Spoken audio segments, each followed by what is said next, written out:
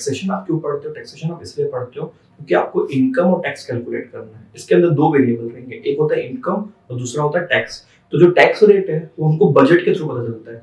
हर साल गवर्नमेंट क्या करती है, मार्च 31 मार्च खत्म होने के पहले फरवरी में 1 फरवरी को जो अपकमिंग फाइनेंशियल आ रहा है जो कि 1 अप्रैल से स्टार्ट हो रहा है, उसका बजट पेश करते हैं। उस बजट के अंदर वो डिसाइड करते हैं कि आने वाले साल का टैक्स रेट क्या रहने वाला है। तो उसका सोर्स वो हो गया। और बाकी इनकम क्या रहेगी, उसमें भी बहुत सारे चेंजेस बजट में देखने को मिलते हैं, बट प्रीडोमिनेंटली आपको इनकम क्या रहेगी, वो इनकम टैक्स एक्ट 1961, उसके रूल्स रेगुलेशन, उसके सर्कुलर, उसके नोटिफिकेशन, वहां से पता चलता है।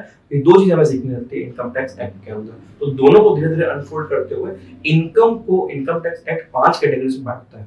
एक इंसान जो भी एक्टिविटीज करता है उसकी इनकम 5 कैटेगरी में बांटी गई है। सबसे पहले देखो, प्रीडोमिनेंटली 2 टाइप की इनकम होती है। जो व्यक्ति जॉब करते हैं, जॉब वालों को क्या मिलता है, सैलरी।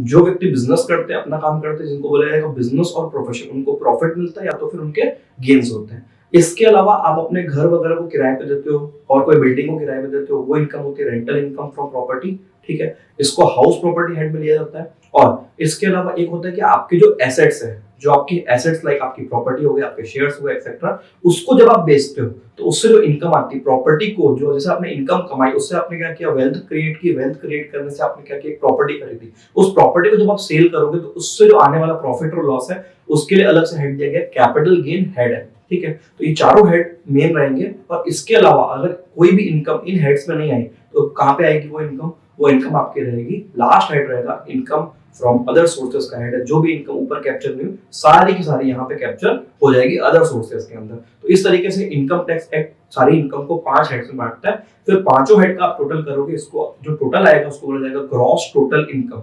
फिर से ग्रॉस टोटल इनकम बोला जाएगा। इसमें से पहले जो रिजाइम चलता था, आजकल एक न्यू रिजाइम भी चलता है, बट एक पुरानी स्कीम चल रही थी, उसके अंदर आपको डिडक्शंस माइनस करने मिलते हैं। जैसे आप इन्वेस्टमेंट करते हो, आप एलआईसी में पैसा डालते हो एक्सेट्रा, उसके आपको डिडक्शंस मिलते हैं। ये जब आप डिडक्शंस क्लेम करते हो तो एक टाइप का डिस्काउंट हो गया। डिस्काउंट क्लेम करने के बाद जो लास्ट में बचेगा वो आपका टोटल इनकम आ गया। Total income as per income tax act. इसके ऊपर आपको टैक्स रेट लगाने हैं, जिस इनकम के ऊपर जैसा टैक्स रेट लगेगा वो एज पर द बजट देखना पड़ेगा। एंड देयरफॉर आपकी टैक्सेबिलिटी यहाँ से हो जाती है। Thank you.